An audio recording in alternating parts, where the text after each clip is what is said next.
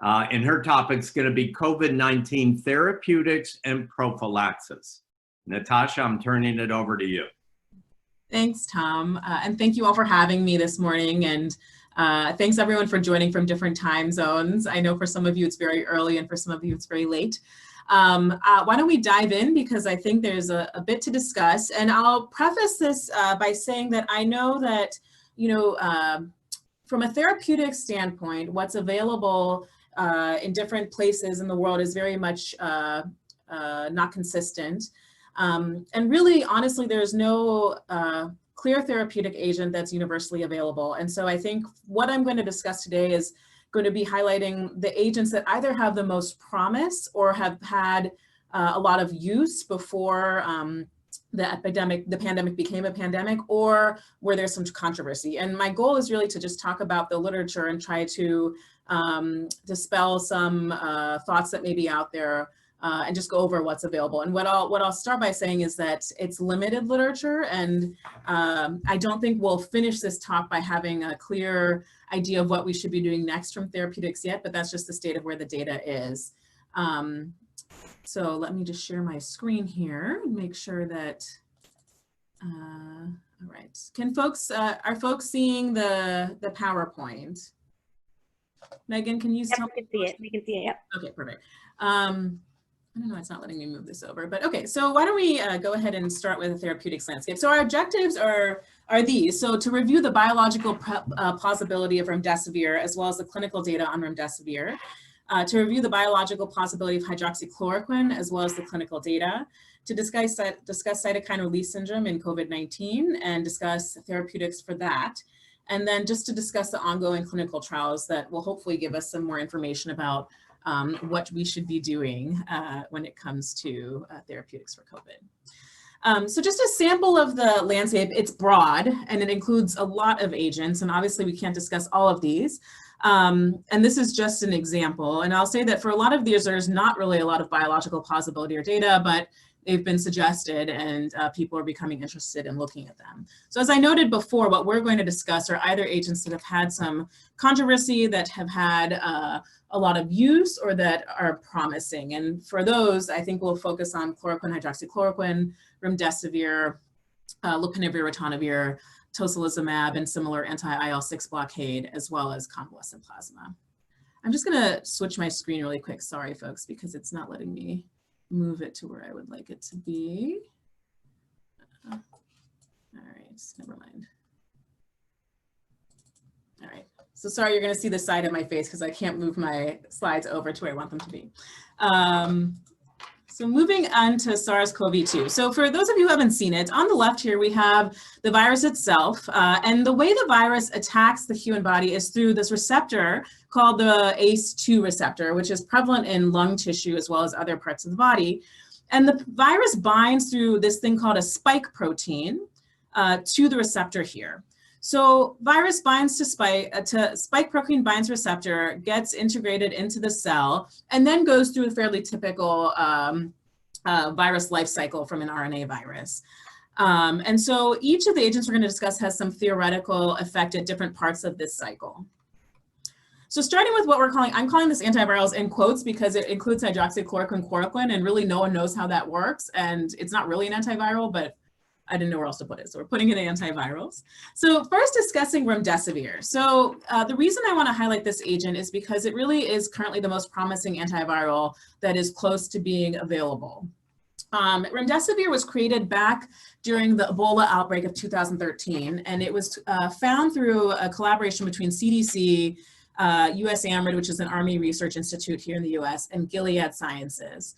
CDC was going through Gilead's library and identified a nucleoside lead that could then be turned into this prodrug called remdesivir.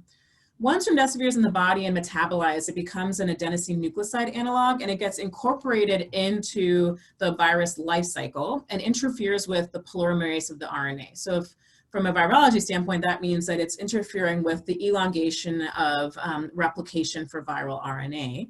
It's not entirely clear how it works, but some people think it basically results in chain termination, meaning that gets incorporated and stops replication from happening. So I think the difference between this drug and other drugs we'll discuss is that it really has been created to interfere with RNA polymerase for viruses. And in cells and animal models, it's been efficacious in MERS, SARS, and other viruses. It has been in trials for Ebola for the last few years. One negative part is it's only available via IV right now, although I just heard that Emory University is trialing an oral version of this at this time. So it's thought that remdesivir works here around the RNA polymerase region. So point of here is that there's biological plausibility for remdesivir as a SARS-CoV-2 therapeutic agent. So in terms of how it's available right now worldwide, either through clinical trials, compassionate use, or an expanded access protocol. Compassionate use currently is limited to pregnant women and children, mainly because they can't be included in clinical trials. And the expanded access protocol, the only one I know that's available is for Department of Defense members here in the United States. So not currently widely available, and I understand that for those who don't have access to clinical trials, that can be somewhat frustrating. But hopefully that'll change soon. So in terms of trials that are out there right now, there are multiple, but these are the big ones that are worldwide. In terms of international trials, really it's these two here, Solidarity and Discovery. So Solidarity is a WHO clinical trial that has pretty novel. Basically, sites who are participating can very easily upload clinical data to a database that WHO is keeping.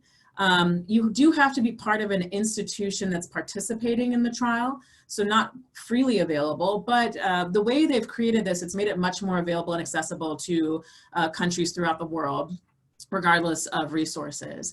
So it's going to have an extremely large cohort and hopefully answer questions, and then it's including 4 different therapeutic options. One is remdesivir, one is lopinavir ritonavir with or without interferon, and the other is hydroxychloroquine, I believe without azithromycin. And so those are projected to complete preliminarily in March, around March 20, to start having some preliminary data in March 2020. That I don't think is going to be released for a bit of time. They won't fully be done until 2 years from now, but our hope is that we'll have some preliminary data soon. In terms of other trials that were hopefully going to give us information soon, really it were these 2 trials in China.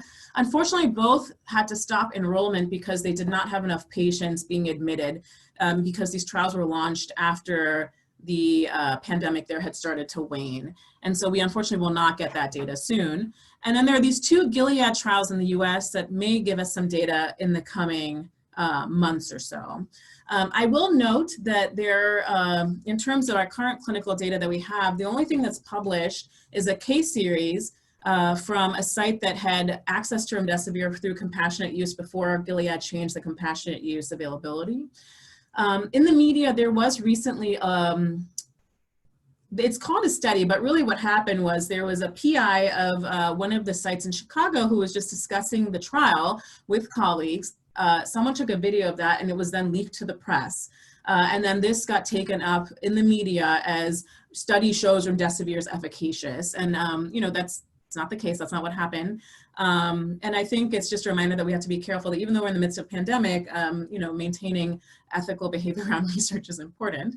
So really the only published clinical data we have is this case series that was published in the New England Journal recently and looked at 61 patients initially who had received remdesivir through compassionate use, and these are patients from multiple countries around the world, the majority being from either the US or Europe or Canada. At baseline, these were ill patients, 64% were ventilated, so pretty severe illness. And you can see here that the median age was 64 and predominantly male, 75% were men, which is, I think, what we generally seem to see right now. So in terms of, again, comorbidities, these were also patients who had a fair amount of comorbidities. So overall, this is an ill population that was not doing well and therefore received eligibility for compassionate use. So in terms of what they reported, at 18 days post-therapy, there was an improvement in oxygenation support for over 68%.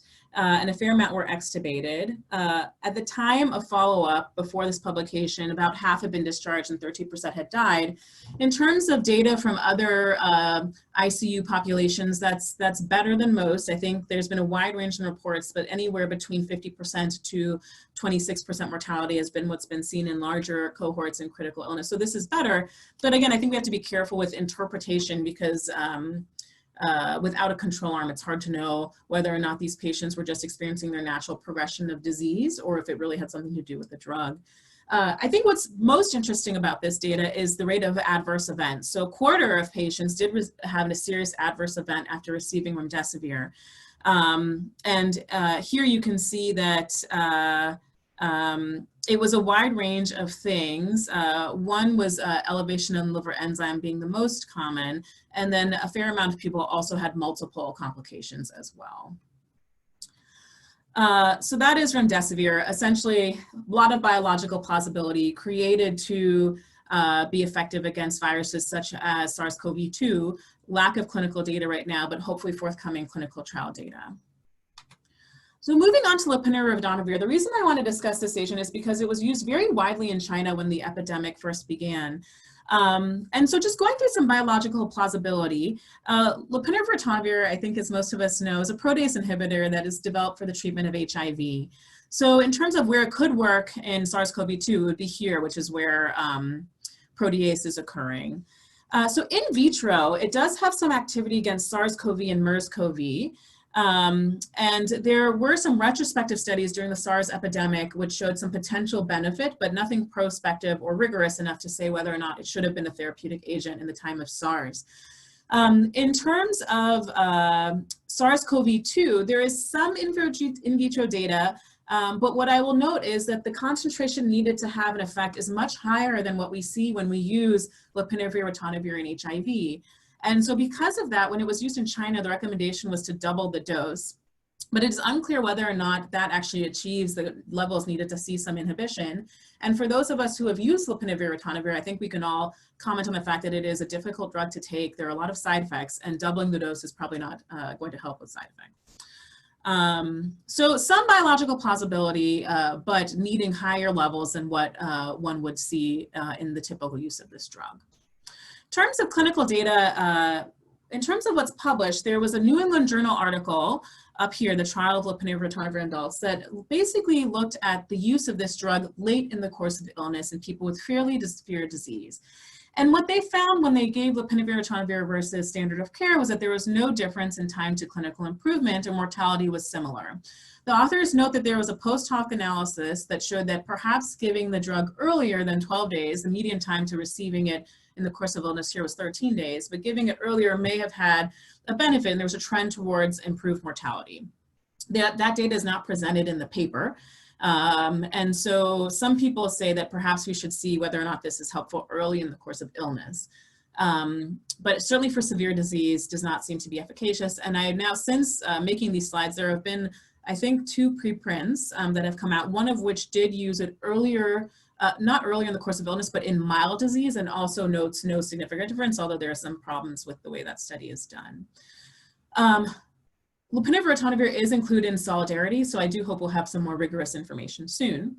And then the only other study is this very small study where they call it a randomized trial, but basically what happened was everyone in this hospital was getting lopinavir-ritonavir. There were 5 people who didn't get it, so that became the control arm.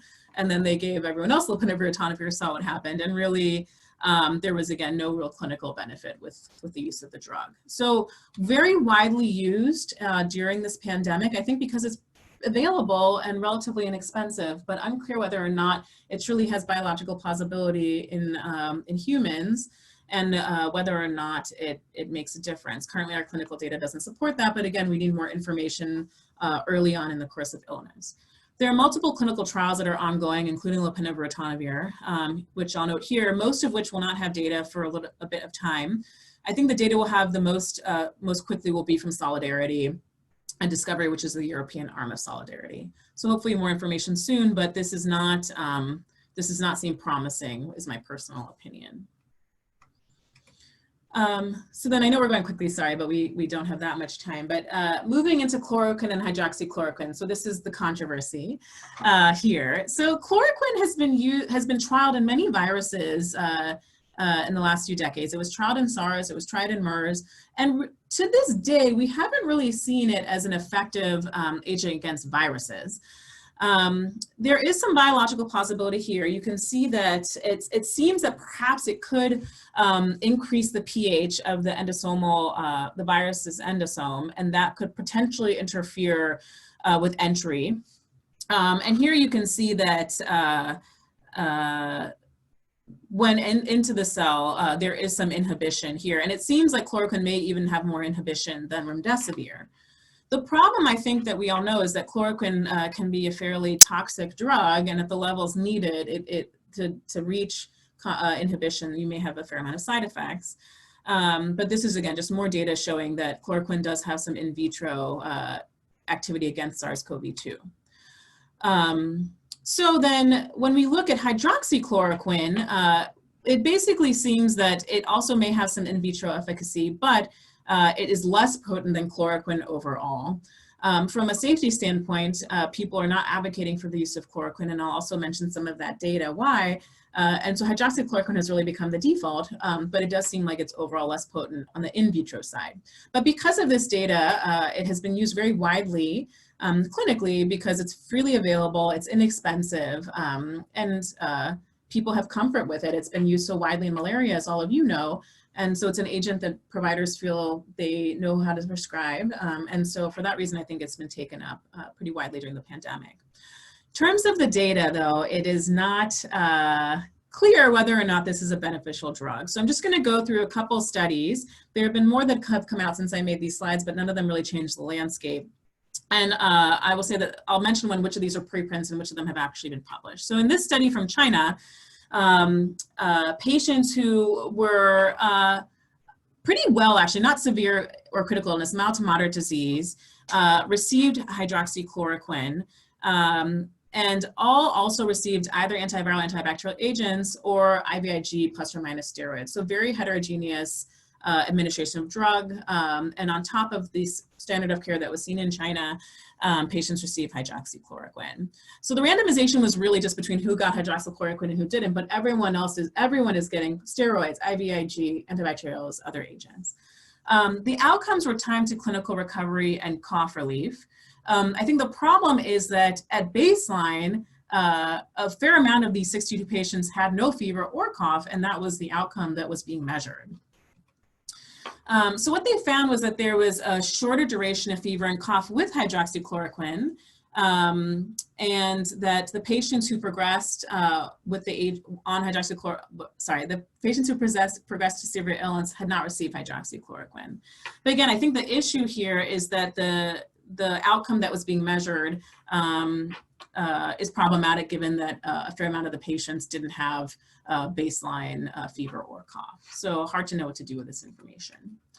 And then moving on to another published study of 30 patients in China as well. Again, most patients are already receiving other agents, including lopinavir, ritonavir, or umifenavir, which is an anti-flu agent used in China. Endpoint here was a conversion of PCR in the nasopharynx. And they found that there was no difference in conversion to PCR 7 days after the administration of hydroxychloroquine, nor did they find any difference in any other outcomes. So then here are the more controversial studies, and these were studies that came out of France through a particular group. And these are the studies that got a lot of press and media attention and ended up getting taken up by certain political personnel and I think just causing more widespread use of these drugs. So this is a study that came out of France, and it included hydroxychloroquine plus or minus azithromycin. And the endpoint was conversion of viral PCR in the nasopharynx. And what I'll say about that endpoint is it's problematic because we don't know that the presence of virus in the nasopharynx means infectiousness or has any clinical relevance. There's one small study that was very well done that seemed to show that you cannot culture virus 8 days after symptom onset. And so does it matter that you have RNA 14 days after symptom onset, we don't know, but there have been a few studies that have not shown transmission that far after symptom onset. So I think that's a problem with this endpoint. So there were 36 patients, and what I'll note is they had initially intended more than that, but some got discharged, some got transferred to other hospitals. So there were some issues with data analysis there. It's a fairly young group when we think about the SARS-CoV-2 pandemic, and about half were men. And most have been symptomatic for around 4 days before they were included. So this is fairly, early use of the drug. I think one thing to note is that most patients were pretty well. They actually just had upper respiratory tract infection, and 6 were asymptomatic. So I'm not sure why they were admitted or found, how they were found, but they were. So this is a very well group that's pretty young. And so what they found at 6 days post-inclusion is that 70% of those who got hydroxychloroquine had converted their PCR, and 100% with hydroxychloroquine plus azithromycin had converted their PCR. So you can see here, these are patients who didn't get any hydroxychloroquine or azithromycin. These are patients who got hydroxychloroquine, and these are patients who got hydroxychloroquine and azithromycin. I think some issues here is that one of the patients in this fairly small cohort had actually turned negative, then turned positive again, and it's unclear how that was incorporated into the data. At baseline, patients who had received the hydroxychloroquine and azithromycin already had lower RNA load, so hard to know what to do with that outcome. The trial included several sites, and other sites weren't doing daily PCR testing. So again, unclear how that was incorporated into analysis. And then again, a fair amount of patients ended up getting omitted from the analysis for various reasons. So very messy data, unclear endpoints, unclear how analysis is done in accounting for all of these factors.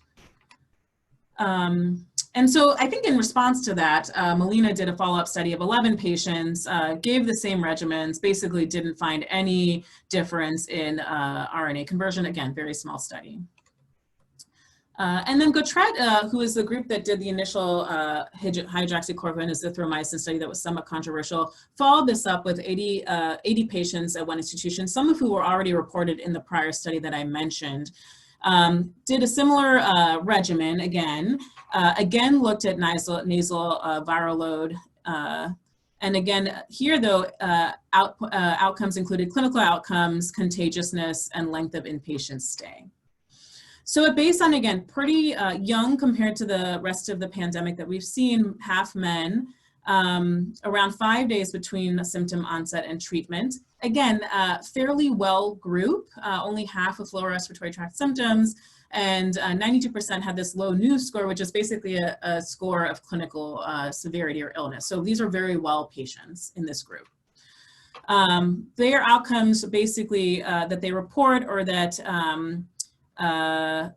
the patients who received the regimen in question did better overall, and that they had less need for oxygenation at the end, less hospitalization, less transfer to the ICU. Again, I think unclear methods here, and unclear how it's accounted for that these are like fairly well patients overall. So is what we are seeing the result of their natural progression, given that they're pretty well at baseline, or is this actually a result of hydroxychloroquine? Chloroquine, we don't know. So there are multiple ongoing trials. These are just a few examples. And I know one of the topics I'd been asked to discuss was prophylaxis. The only agent that's really being used widely for prophylaxis is hydroxychloroquine in multiple countries, as I'm sure some of you know. There's no data that we can talk about right now about whether or not that is efficacious. There are multiple prophylaxis trials ongoing among both healthcare workers and household contacts, so we may have more information on this soon. But I think there have been numerous case reports of patients with rheumatologic illness on hydroxychloroquine who do get SARS-CoV-2.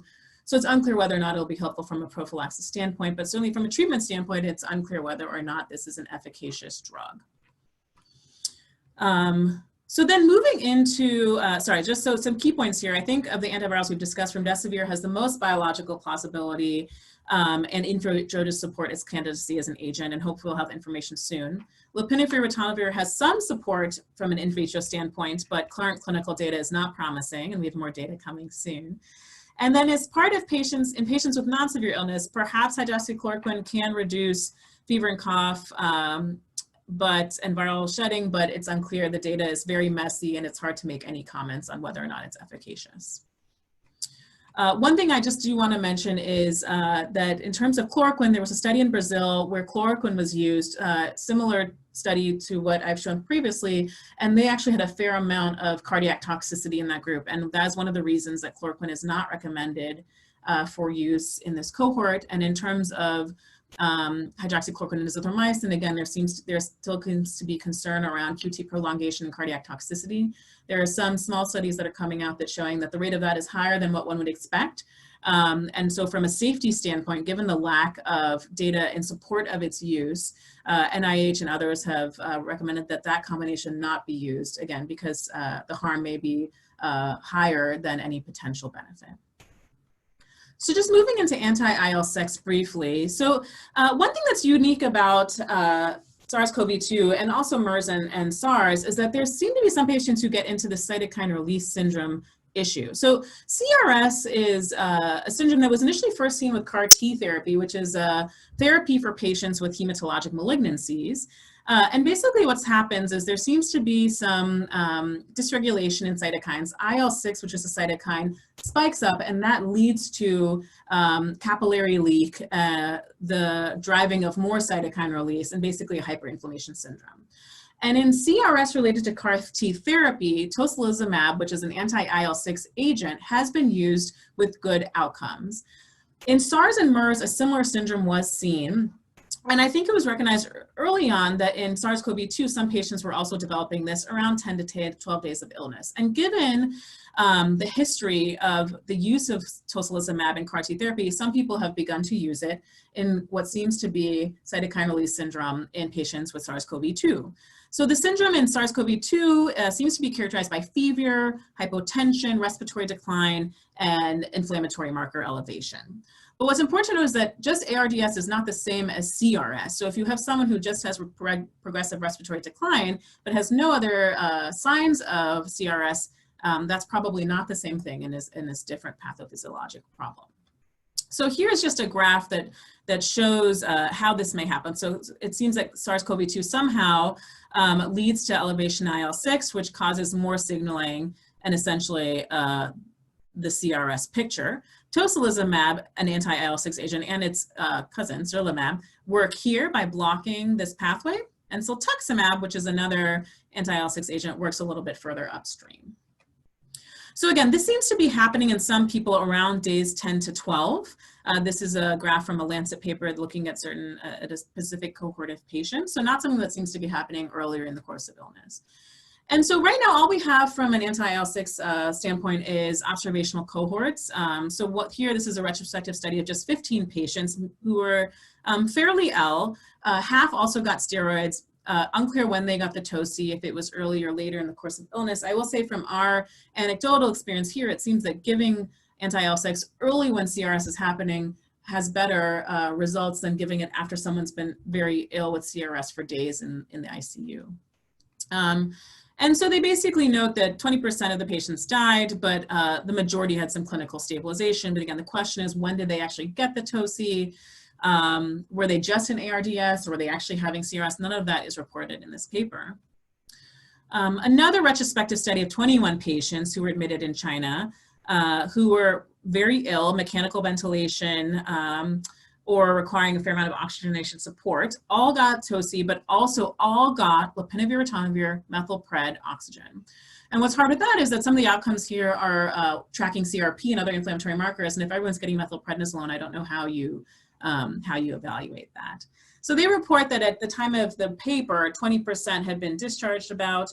Again, we don't know when people got the toci or if they were in CRS versus ARDS, but it was actually based on this small cohort that the Chinese national guidelines included tocilizumab as a recommendation in their guidelines. And then the last case for a series that's been published is of 21 patients in Italy who got a different agent, siltuximab. But again, similar issues. We don't know exactly when they got it, but they found that about a third had improvement. Everyone else sort of stayed the same or got worse, but they had a reduction in CRP. So again, the themes here is that it's unclear if what we're seeing in these case series is a result of the natural history of the disease or if it's from the agents. There's heterogeneity in the patients, in their clinical course, in the agents they got in addition to the siltuximab or tocilizumab. So we basically don't know, as usual.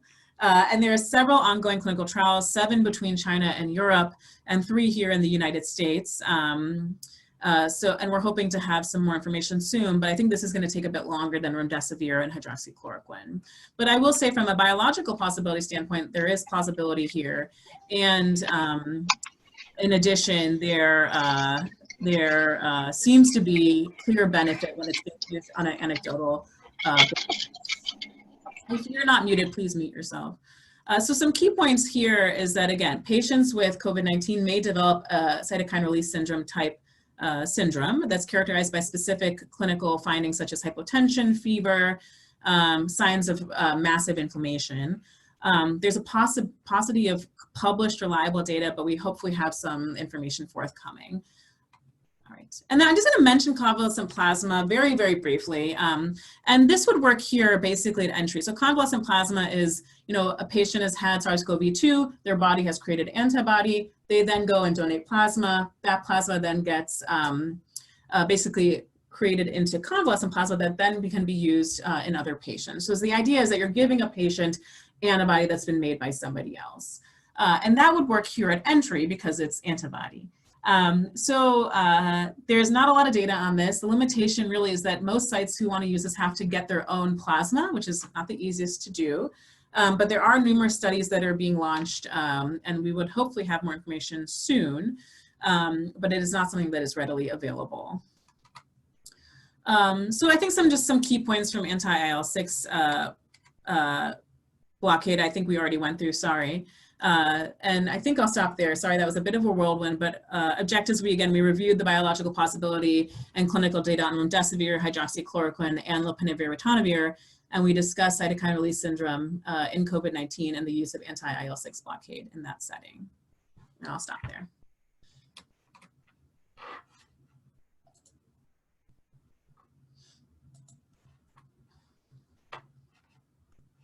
Well, there's a lot of comments in the chat.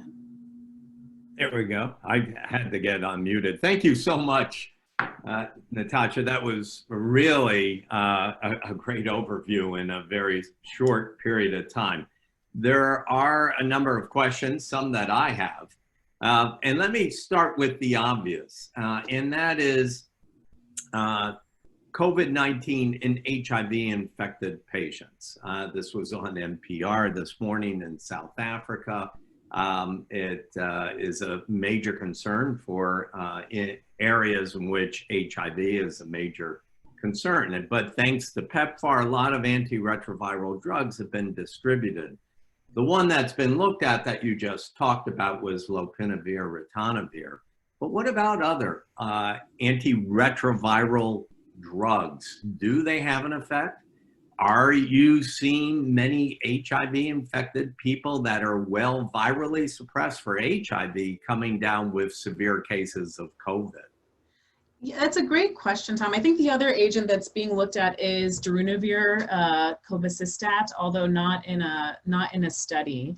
I think from an in vitro standpoint, it doesn't seem that it's any more efficacious than lopinavir-ritonavir. But in the literature, I think there've only been case reports of patients with HIV and SARS-CoV-2. I think the largest had 3 or 4 patients. Of those, the majority had CD4 counts above 200, and 1 had AIDS. That patient who had AIDS had severe disease but survived. The other 2 had moderate disease. Here at Hopkins, we are tracking patients with HIV who are admitted with SARS-CoV-2. It's not a large number yet, and I think compared to the rest of the United States, we have a larger population than most. So it's not something that's necessarily being seen yet. I mean, it's possible that with the higher surge, we'll get more information, but out of New York or other places where there's been large peaks, we haven't really seen a lot of patients with HIV coming in with more severe disease. Now, that may just be that it's not being discussed, but so far it doesn't seem like there's a signal, at least in people who have high CD4 counts. But that's something that we're looking at here, and I'm sure other places with higher burdens are. I think the problem is that most of the data that we have is from China, and you know, whether or not the reporting of HIV there is as obvious as other places is unclear to me. No, that's great. Thanks. It is for those online. If you're coming from an area that has a high burden of HIV, it would be very interesting to start collecting some data on that as to whether there's any kind of protection from those antiretroviral drugs other than the one that was mentioned. So a couple of things in the chat. So there seems to be a lot on the convalescent therapy question. And one is, can you do a qualitative rather than a quantitative titer? In other words, if someone's got antibody, can that person be utilized as a donor? The second is, if there's an indication that they have antibody, but you can't do plasma isolation, can you do a standard blood transfusion, especially in a compassionate role? Yeah, I think you would actually be good to answer some of these questions all over myself. But I think the problem, and again, I think you would know much more, is that right now I don't think we have great antibody testing available, and we don't know what the test characteristics are. There was a report in China that is just a preprint that showed that potentially 30% of patients with SARS-CoV-2 did not mount high levels of antibody. Again, unclear what tests they used and if they were tests with good test characteristics. But I think based on that, some people are a little bit concerned that just qualitative antibody results may not be enough to help us know whether or not it's neutralizing. But you would be the best person to answer these questions. Well, what I did say in the chat is that, well, it still would be nice to know what the quantitative titer is. And so just like we do for syphilis and other types of diseases, you can titer it out and run it on an EIA. It'll give you some idea of how, you know, but I can't give an answer as to how high a titer it should be. Right. That until we do some of these studies, we won't know. Couple other quick questions. Is there any indication that certain immunomodulators like checkpoint inhibitors in cancer, GCSF, could elevate the risk of infection or the severity of the disease? So these are people who are undergoing we haven't seen any reports of that yet. I will say that from a checkpoint inhibitor standpoint, we don't really see cytokine release syndrome in the use of that agent, and the same for GCSF. So it hasn't it's not something that's come up, at least in our institution, or that I've seen reported. And from a physiological standpoint, I'm not sure there would be necessarily a reason for that to happen. Yeah. About antibody detection and/or quantification, how can we discriminate between a specific detection for COVID versus detection for other coronaviruses like SARS, MERS, and other strains? So I'll say a brief thing, and then I think, again, Tom is a great person to answer this, given you're leading our antibody testing here. But my understanding is that the spike-2 protein of SARS-CoV-2 is similar to SARS, less similar to MERS, but that allows, but I think is fairly preserved. And so if an antibody can be made that really targets the receptor binding domain of the spike protein, it should be fairly specific, but you would obviously know much more about that than me. I will say next week, we're going to have a session. One of these sessions will be on diagnostics. So people who are interested in that, please join in. Yuka Manabe and I hopefully will be involved in that particular session. Some concerns about Remdesivir. So those studies are underway. When will we get results, obviously? And is that going to be available in LMIC? Yeah, I think the problem with Remdesivir right now is that it's IV, right? And there's a lot of, I think people feel that perhaps earlier in the course of illness is better to give this agent, much as what we do with flu and oseltamivir. So I think that the IV formulation is going to be a limitation for LMICs, but As I said, I just learned that Emory is actually trialing an oral version. So I think if remdesivir turns out to be a good agent, and then it'll probably fast track the oral version through and hopefully become more available more quickly. I do think we're probably going to have interim data in the coming month or so, just because if PIs are getting excited enough to start having videos that somehow get leaked to the press, I suspect that Gilead is going to want to release this data fairly soon. Unfortunately, the China trials have been halted, and those would have given us the data soonest. I do think the 2 Gilead trials here in the US will probably start giving us data within the coming month. But again, those are only in hospitalized severe patients. We need more information on early illness. I'm cognizant of time, but there's a couple other questions that popped in. What about pregnant women? Any efficacy, safety of the options you discussed for pregnant women? Yeah, so the problem is that pregnant women are not included in any of their remdesivir trials. I think we have a fair amount of data on lopinavir ritonavir already, thankfully from the HIV side of things, as well as hydroxychloroquine. But I think we don't have any information on safety of remdesivir in pregnant women that's been published. Now, through the compassionate use angle, Gilead probably has that data, but unfortunately, we just don't know. Right. 2 people asked, are we seeing antiphospholipid syndrome as a reason for thromboembolic events in COVID-19? There's a case report out there about antiphospholipid syndrome, but it's not, it doesn't seem that that's been the driver behind the thromboembolic phenomena that we're starting to see more frequently with this illness. And it's still being debated what the reason is, but it seems like there's a hypercoagulability that's not DIC necessarily, not antiphospholipid, but just related to the inflammation that is occurring as a result of the illness. There are multiple working groups trying to sort out the reason behind this. I see some questions around prophylaxis. So it depends who you ask. Like our institution is doing higher dose VTE prophylaxis in all patients with COVID. But for example, the American Society of Hematology has recommended that you don't change prophylaxis protocols because we just don't know. So there's a lot of heterogeneity on what people are doing. And I think that's one of the hotter topics that we still don't have enough information on. I'm sorry, I sound like a broken record. I just keep saying we don't have information. Well, we don't. I will back you up on that. Remember, everyone, we're only literally 3 months into this disease with that type of experience. It is absolutely phenomenal how much information has been garnered in terms of the response. And as we go forward with this course, there will be times when we say we don't have enough data, but we will be able to make some comment as to what our experience is as best as we can. And that is really it. I want to close this session where we're way over our time.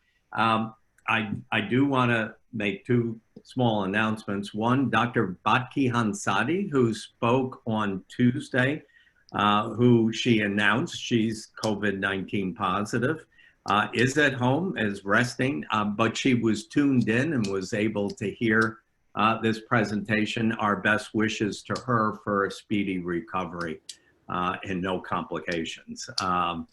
So good luck to Batki on that. The second is we will send out a little brief questionnaire. We're interested in everyone's questions. We'll try and compile them, send them over to Natasha. She'll be able to answer those. We'll try and get them back to you or address them at the next session.